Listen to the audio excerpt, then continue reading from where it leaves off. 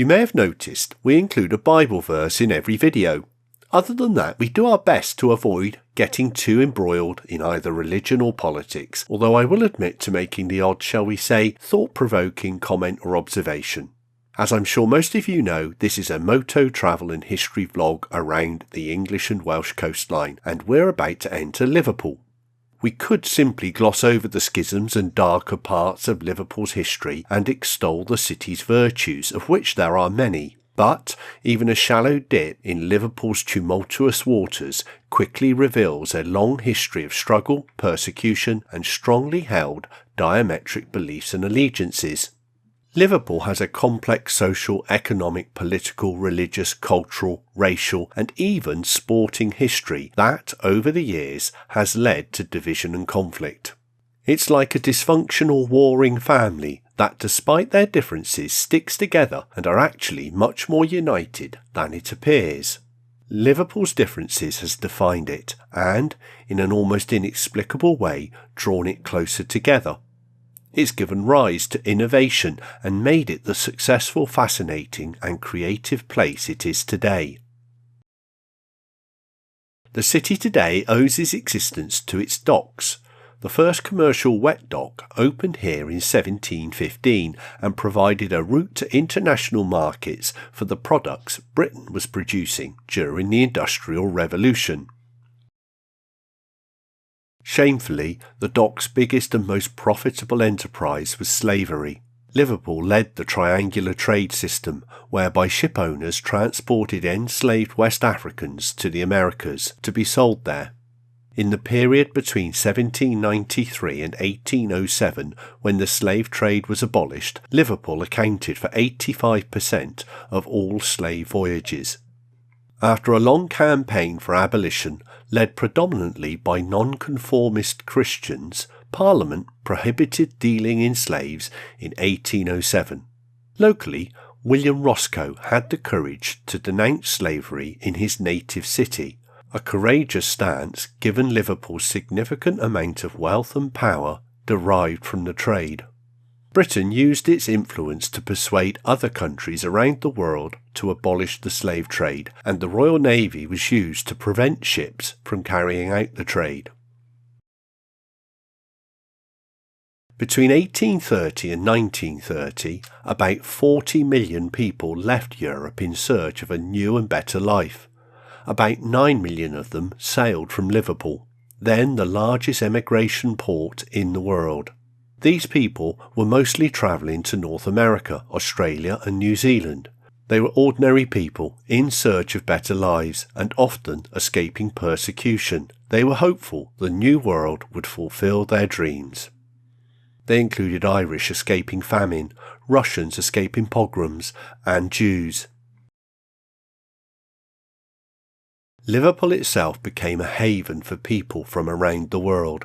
In particular the Irish. It is estimated that 3/4 of the city's population have some form of Irish roots or ancestry. Some locals even referred to it as the second capital of Ireland.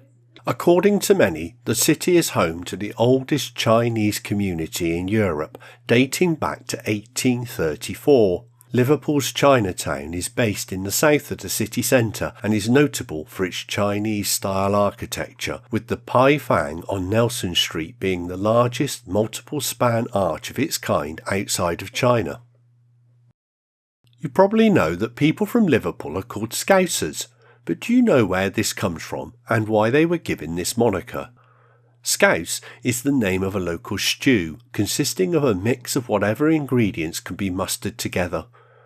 At some time in history, it was used as a metaphor for Liverpool's melting pot of migrant cultures, and the name stuck. I could go on and on. Riots, religious sectarianism and extreme politics have shaped this city, but I feel it would be doing Liverpool a disservice to dwell too much in the past. The walls between communities crumbled as slums were cleared in the 20th century, and the city has moved on. The stew's ingredients have mellowed over the years, and a delicious delicacy has emerged that keeps you going back for more. This was our 5th visit to the city, which for southerners is pretty impressive. Hopefully it won't be the last.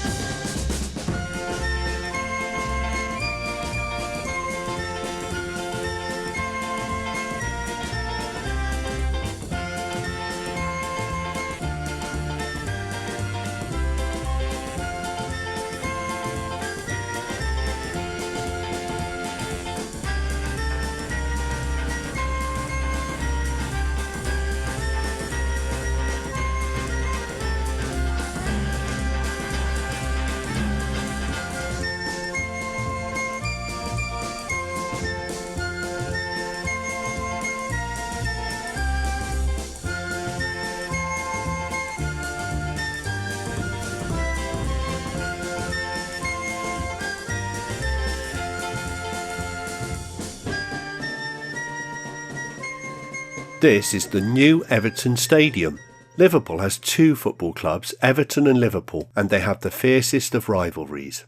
Everton can trace its origins way back to 1865 and were a founding member of the Football League in 1888. Liverpool Football Club were formed later in 1892, and today everyone knows their home ground is Anfield. What you might not know is that before Liverpool FC was formed, Anfield was Everton's home ground. John Holding was a very successful businessman, brewer, Lord Mayor, Freemason, Tory, Protestant and inaugural president of Everton Football Club. By 1891, Everton, which had started as a Methodist church club, were one of the most successful teams and in that year won the league title while at Anfield. Holding's power, wealth and relationship with the land's owner allowed him to take control of Anfield, which he did, and demanded the club pay more rent or change its structure so that it was owned and controlled by a small number of shareholders, including himself. Club members, who were already unhappy with Holding's ties to the alcohol trade, decided to cut ties with their president. Everton left Anfield and built a new stadium just a stone's throw away at Goodison Park. John Holding now had a state-of-the-art stadium but no team to play in it, so he founded Liverpool FC in 1892. Inside 8 years, Liverpool had won the First Division twice, and the rest, as they say, is history. In what seems to be typical Liverpudlian style, just a few years later, relations had improved, and in 1902, at his funeral, players from both teams carried John Holding's coffin. Today, the drama continues. Recently, Liverpool has been stripped of its World Heritage status. The decision was made following a secret ballot by the UNESCO committee at a meeting in China. UNESCO had said the developments, including the planned new Everton FC stadium, had resulted in a serious deterioration of the historic site. Somehow, I doubt this will dissuade Liverpool from making their own plans and decisions, and I don't blame them. Everton's new stadium.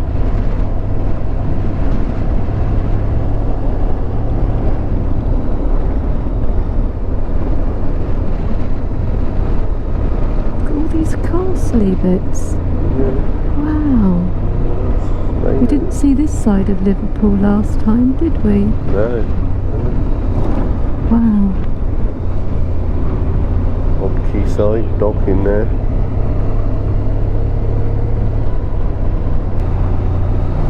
Yeah, wow.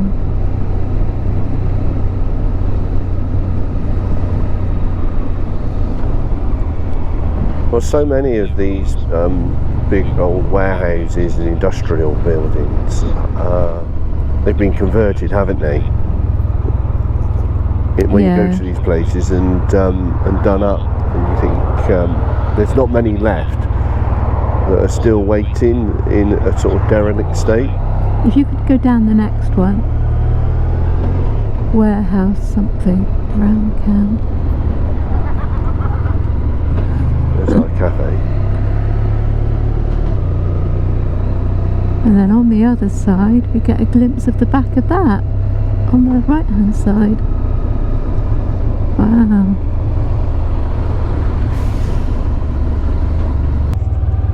Wow. That is enormous and beautiful. There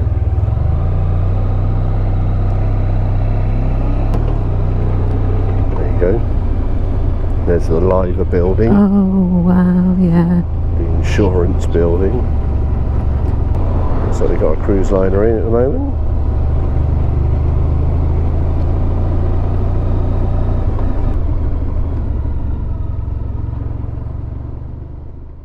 When you walk through a storm, hold your head up high and don't be afraid of the dark. At the end of a storm, there's a golden sky and the sweet silver song of love.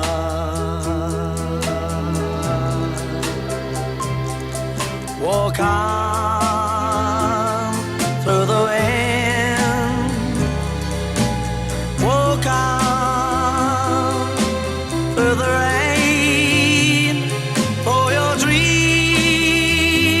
be tossed and blown.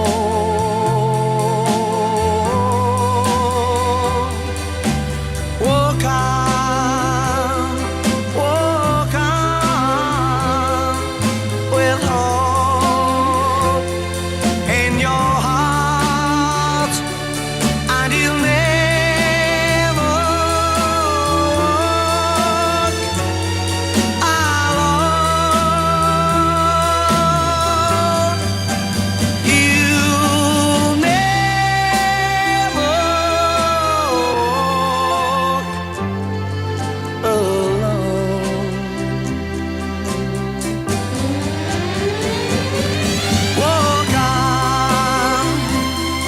Walk on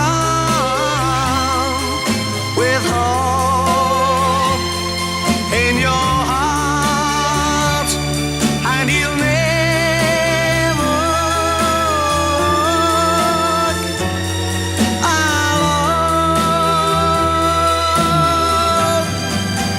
You'll never walk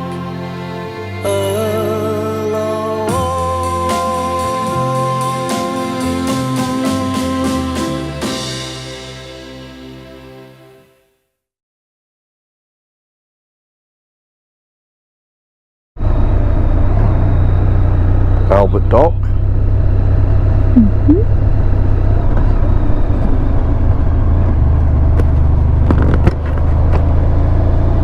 Quite a few things to do and see around here, based around the old Albert Dock. There's the Beatles Museum. Wander down here, shall we? Yeah. The old pump house.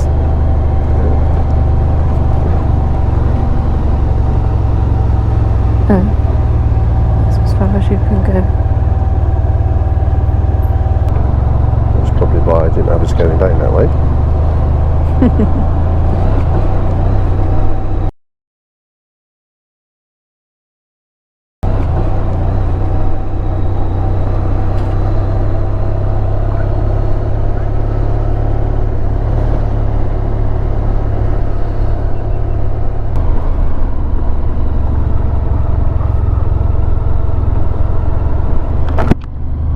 Beatles story somewhere here. Queue for it maybe? I don't know. I think it's round to the right, isn't it? Yeah, I think you're right. I just saw a sign for it, and I think it is round here, isn't it? All the open top bus tours.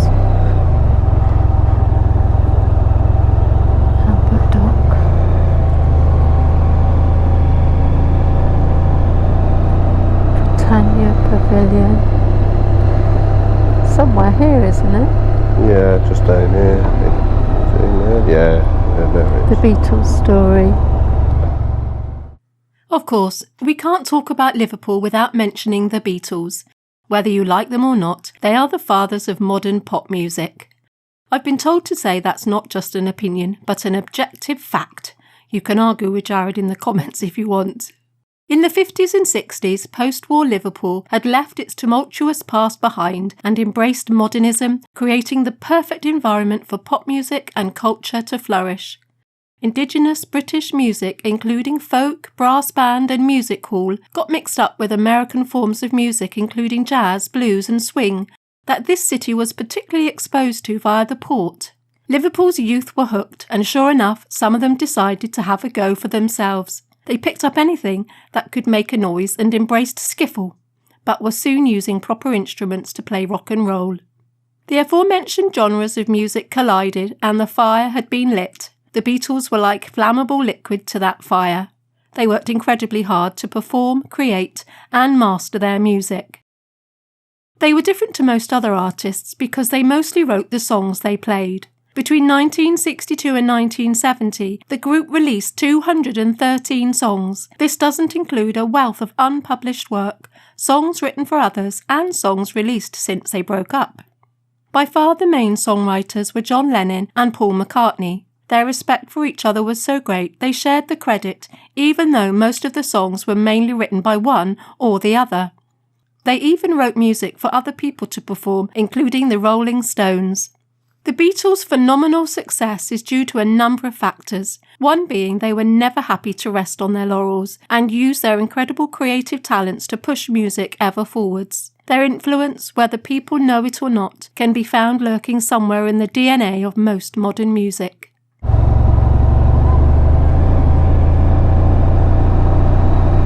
Because of course this is where they came from. Liverpool.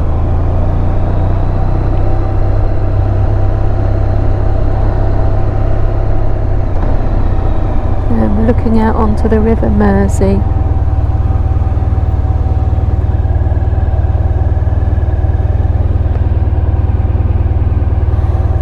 Didn't say no vehicles, and I saw vehicles in here. Well, it says Liverpool waterfront car park straight ahead, Yeah, so I think we're all good. yeah, I saw this road and thought, oh, can you go down there? And I think it's just very narrow, so they have to control it with lights. Yeah.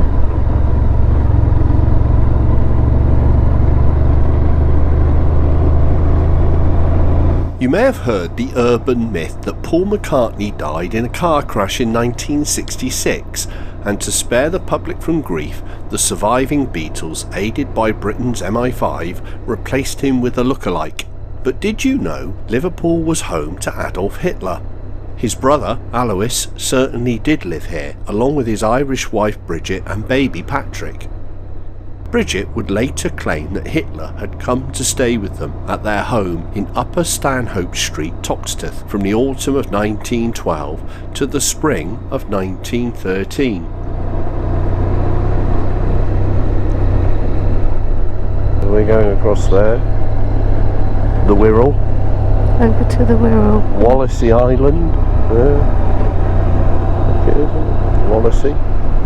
Big old buildings over there as well. Looks like a warship in there. Here's your car park. Set buses. Except no access except for buses. Oh, there's people swimming in there. Oh yeah. Yeah, down here, look. Okay. Oh, that's a pity, because I had to go into the end here. Well, is there any cameras? Probably. It's a faded sign though, isn't it? You do want And there's it's a car. yeah, and the other one, it isn't on both, is it? Yeah. Shall we? And also, this isn't the car park yet. Private land, no parking or stopping.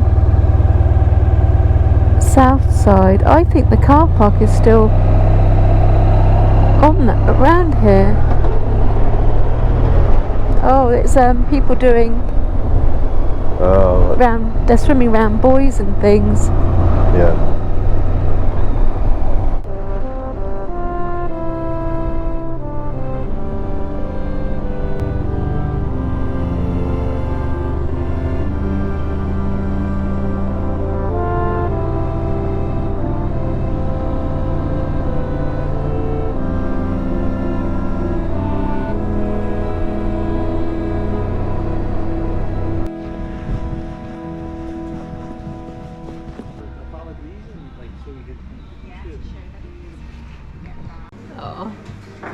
else have you seen?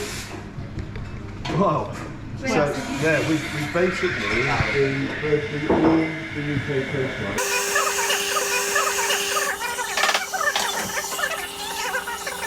Where's the nicest places have been? Our coastline is phenomenal. Everywhere is Find some Liverpool's great, of course. Liverpool's great. Liverpool's great, but I mean, we like the remote, where there isn't anybody else, and we've seen some really stunning places. I mean, Northumberland coast is incredible. It's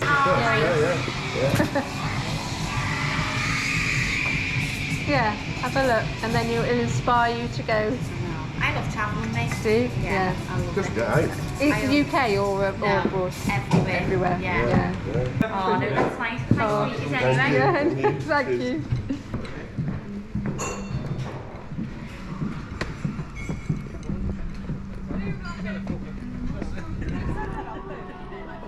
I don't suppose you have this one. Of course, we have only scratched the surface of Liverpool's history and contribution to Britain and the world. Hopefully we've whetted your appetite to find out more and even visit for yourself.